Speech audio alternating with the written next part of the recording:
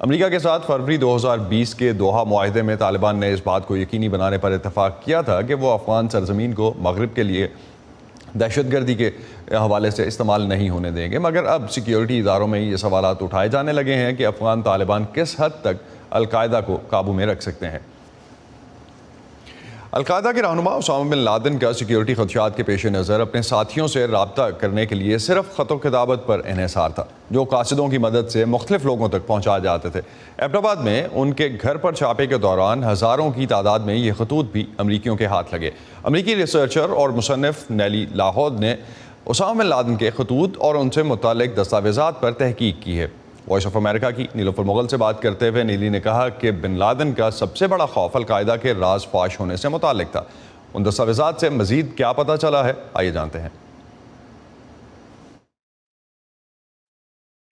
مئی 2011 کی ایک رات کو امریکی نیوی سیلز کی ایک ٹیم ایبٹ آباد میں ایک گھر کے احاطے میں اترتی ہے اور دنیا کے انتہائی مطلوب ترین شخص اسامہ بن لادن کو ہلاک کر دیتی ہے۔ نیپچون اسپیئر نامی اس آپریشن کے دوران امریکی اسپیشل فورسز بن لادن کے گھر سے کمپیوٹرز، VHS ٹیپس، کتابیں، تھمب ڈرائیوز، ہارڈ ڈرائیوز اور نوٹ بکس اکٹھی کر کے اپنے ساتھ لے گئے۔ 2017 میں CIA نے بن لادن کے گھر سے قبضے میں لی گئیں تمام دستاویزات، آڈیو اور ویڈیو فائلز ڈی کلاسیفائی کر دی۔ تحقیق کے مطابق یہ مجموعی طور پر 5 لاکھ فائلیں تھیں۔ مصنف اور اسلامی اسکالر نیلی لاہود کئی سالوں سے ان فائلز کا بغور جائزہ لے رہی ہیں۔ ان کا کہنا ہے کہ ان میں عربی زبان میں تقریباً 6000 ایسی ٹیکسٹ فائلز تھیں جو القاعدہ کی پرائیویٹ کمیونیکیشن پر مبنی تھی۔ ان صفحات کی اہمیت کو کم نہیں سمجھا جا سکتا کیونکہ یہ القاعدہ کے راز تھے اور یہ عوام کے سامنے افشا کرنے کے لیے نہیں تھے۔ یہ ایبٹ آباد میں چھپے ہوئے بن لادن اور شمالی وزیرستان میں ان کے چوٹی کے ساتھیوں کے درمیان بات چیت پر مبنی تھے۔ نیلی لاہود نے القاعدہ کے ارکان اور اسامہ بن لادن کے درمیان اسی ذاتی خط و کتابت پر دی بن لادن پیپرز کے عنوان سے ایک کتاب شائع کی ہے۔ یہ خطوط بہت سی سطحوں پر بن لادن کی نجی اور گھریلو زندگی، 9/11 کے بعد ایران، پاکستان اور سعودی عرب جیسے اسٹیٹ ایکٹرز کے ساتھ القاعدہ کے تعلقات، اس کے نام پر کام کرنے والے مختلف علاقائی جہادی گروہوں کے ساتھ تعلقات اور انکشافات سے بھرے ہوئے ہیں، اور یہ ان انکشافات سے بہت مختلف ہیں جو ہم نے ان کے بارے میں میڈیا میں یا انٹیلیجنس رپورٹس میں پڑھے تھے۔ مثال کے طور پر خطوط سے پتہ چلا کہ 9/11 کے بعد، بلکہ زیادہ واضح طور پر طالبان کی حکومت کے خاتمے کے بعد، القاعدہ کا شیرازہ بکھر گیا تھا۔ بن لادن کا اپنے ساتھیوں سے تقریباً 3 سال بعد 2004 میں دوبارہ رابطہ بحال ہوا تو القاعدہ اس وقت تک منتشر ہو چکی تھی۔ خطوط سے پتہ چلتا ہے کہ اسامہ بن لادن بین الاقوامی سطح پر اور خاص طور پر امریکہ کے خلاف 9/11 طرز کے مزید حملے کرنا چاہتے تھے۔ 2010 میں اسامہ بن لادن نے اپنے ساتھیوں کو خط لکھا کہ اگر القاعدہ اپنی حکمت عملی نہیں بدلتی تو یہ ختم ہو جائے گی، اور اس مقصد کے لیے انہوں نے سب سے بڑے آئل ٹینکرز کو غرق کرنے کا منصوبہ بنایا جو امریکہ کو خام تیل برآمد کرتے تھے۔ مقصد یہ تھا کہ 30% امریکی معیشت کو تباہ کر دیا جائے۔ ان کا خیال تھا کہ جب معیشت بری طرح متاثر ہوگی تو امریکی عوام سڑکوں پر نکل آئیں گے، وہ ویتنام جنگ کی مخالفت کی طرز کے مظاہرے کریں گے اور اپنی حکومت سے مسلمان اکثریت والے ملکوں سے انخلا کا مطالبہ کریں گے۔ اور ان خطوط سے یہ بھی پتہ چلتا ہے کہ اسامہ بن لادن کو سب سے بڑا خوف القاعدہ کے رازوں کا افشا ہونا تھا، جس کے لیے ایبٹ آباد کمپاؤنڈ میں رہتے ہوئے انہوں نے کڑے حفاظتی اقدامات اختیار کیے تھے۔ مثال کے طور پر ان کے پاس انٹرنیٹ نہیں تھا تاکہ ان کی بات چیت کا جدید ٹیکنالوجی کی مدد سے پتہ نہ لگایا جا سکے۔ ان کے پاس ٹیلی فون نہیں تھا۔ ہمیں پتہ چلا کہ شمالی وزیرستان میں بھی وہ خود کو محفوظ محسوس نہیں کر رہے تھے۔ وہاں القاعدہ کو افغان طالبان کی طرف سے دھوکہ دہی کا خدشہ تھا۔ ان کی صورتحال اس وقت بدتر ہو گئی جب CIA کی ڈرون حملوں کی مہم پاکستان کے اس وقت کے فاٹا کے علاقے میں بڑھ گئی اور القاعدہ کے زیادہ تر رہنما شمالی وزیرستان میں تھے۔ وہ ڈرونز کے بارے میں بہت فکر مند تھے۔ نیلی لاہود مزید کہتی ہیں کہ اسامہ بن لادن کو خدشہ تھا کہ پاکستانی حکومت، بالخصوص اس کی انٹیلیجنس ایجنسی ISI، فاٹا میں القاعدہ کا سراغ لگانے میں CIA کی مدد کر رہی ہے۔ اسی لیے سیکیورٹی خدشات کی بنا پر القاعدہ کے رہنما عملی طور پر متحرک نہیں تھے۔ Nilofar Mughal, Voice of America, Washington.